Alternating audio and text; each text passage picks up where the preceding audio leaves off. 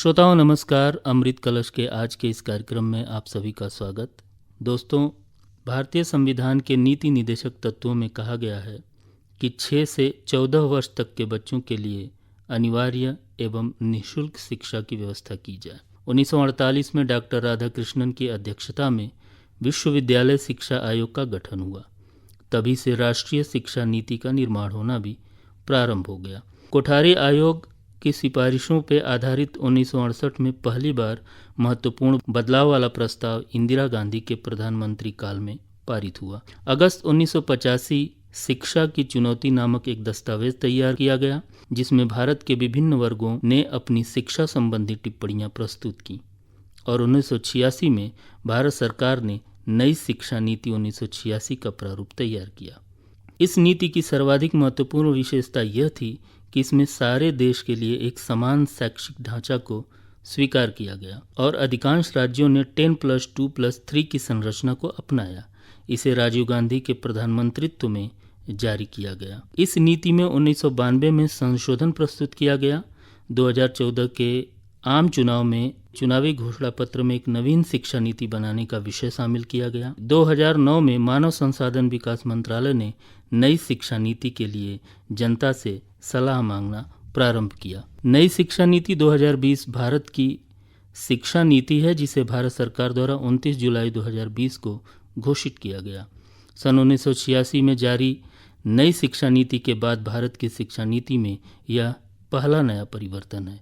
यह नीति अंतरिक्ष वैज्ञानिक के कस्तूरीरंगन की अध्यक्षता वाली समिति की रिपोर्ट पर आधारित है। आज इसी विषय पर हमें जानकारी दे रहे हैं associate professor doctor Anand Singh. नई शिक्षा नीति, जिसे राष्ट्रीय शिक्षा नीति 2020 के नाम से भी जाना जाता है, को पूरे देश में लागू कर दिया गया है। दरअसल भारत ने जब 21वीं शताब्दी में कदम रखा, तभी से एक नई राष्ट्रीय शिक्षा नीति की आवश्यकता महसूस हो रही थी।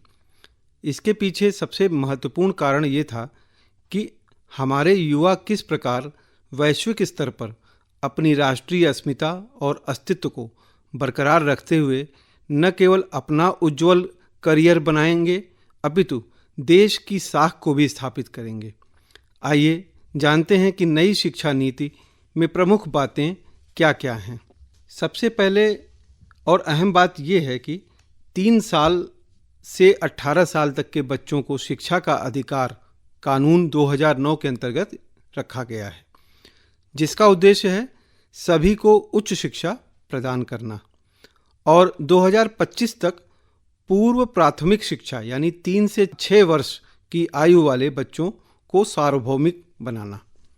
नई शिक्षा नीति 2020 के अंतर्गत स्कूलों में 10+2 के जगह पर अब 5+3+3+4 प्रोग्राम को लागू किया जा रहा है। ये क्या है, इसको समझने की ज़रूरत है। इसका अर्थ है कि 12वीं कक्षा तक की शिक्षा अब 4 चरण में दी जाएगी। पहला चरण फाउंडेशन स्टेज होगी, जो कि 5 वर्ष की होगी।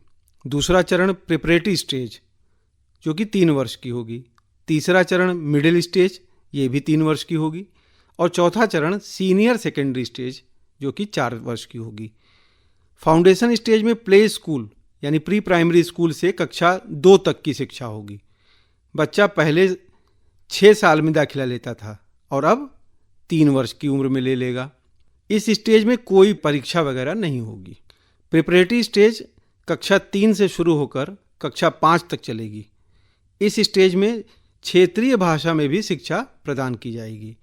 यहाँ पर परीक्षा कराई जाएगी। मिडिल स्टेज की शिक्षा कक्षा 6 से शुरू होकर कक्षा 8 तक चलेगी। यहाँ पर बच्चे को वोकेशनल ट्रेनिंग भी कराई जाएगी, जिसमें कंप्यूटर, कोडिंग, सिलाई, बुनाई, कारपेंट्री आदि भी इसको सिखाया जाएगा बच्चों को।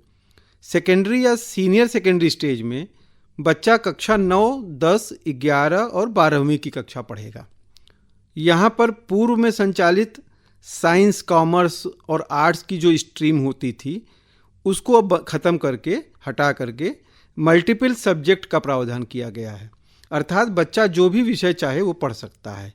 जैसे बच्चे को साइंस अच्छा लगता है तो वह उसके साथ भूगोल और इतिहास भी पढ़ सकता है। 9वीं से 12वीं तक की परीक्षा सेमेस्टर के तहत होगी, यानी 6-6 माह में परीक्षा होगी। यहाँ पर बच्चे को, विद्यार्थी को एक विदेशी भाषा भी पढ़ाए जाने का प्रावधान किया गया है। अब आइए बात करते हैं उच्च शिक्षा की। तो यहाँ पर स्नातक की 3 वर्ष की जो शिक्षा होती थी वो अब 4 वर्ष में पूर्ण होगी।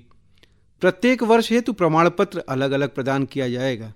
1 वर्ष की पढ़ाई पर ग्रेजुएशन सर्टिफिकेट मिलेगा, 2 वर्ष की पढ़ाई पर ग्रेजुएशन डिप्लोमा मिलेगा, 3 वर्ष की पढ़ाई पर ग्रेजुएशन डिग्री मिलेगी और 4 वर्ष की पढ़ाई पर शोध ग्रेजुएशन प्रमाण पत्र मिलेगा।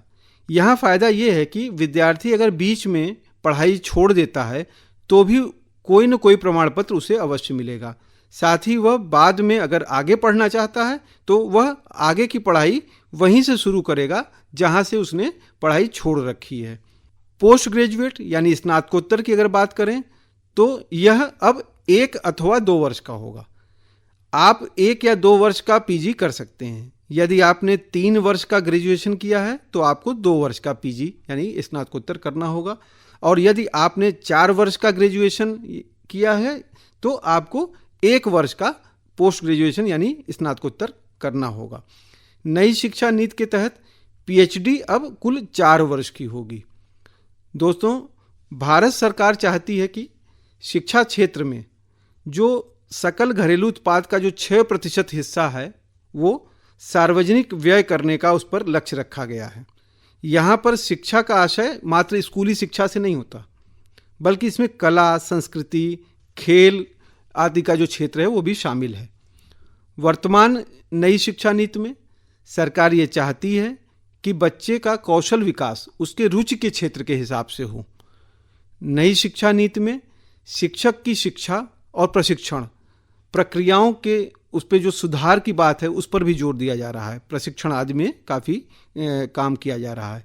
दोस्तों, यह नई शिक्षा नीति बच्चों के समग्र विकास पर केंद्रित है। उचित बुनियादी शिक्षा प्राप्त करना भारतीय संविधान के अनुसार प्रत्येक व्यक्ति का जन्मसिद्ध अधिकार है।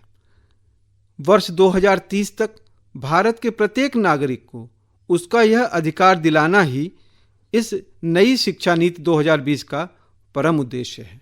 तो श्रोताओं, आज के अमृत कलश के इस अंक में बस इतना ही। अगले अंक में एक नए विषय के साथ फिर से उपस्थित होंगे। तब तक के लिए अनुमति दीजिए। नमस्कार।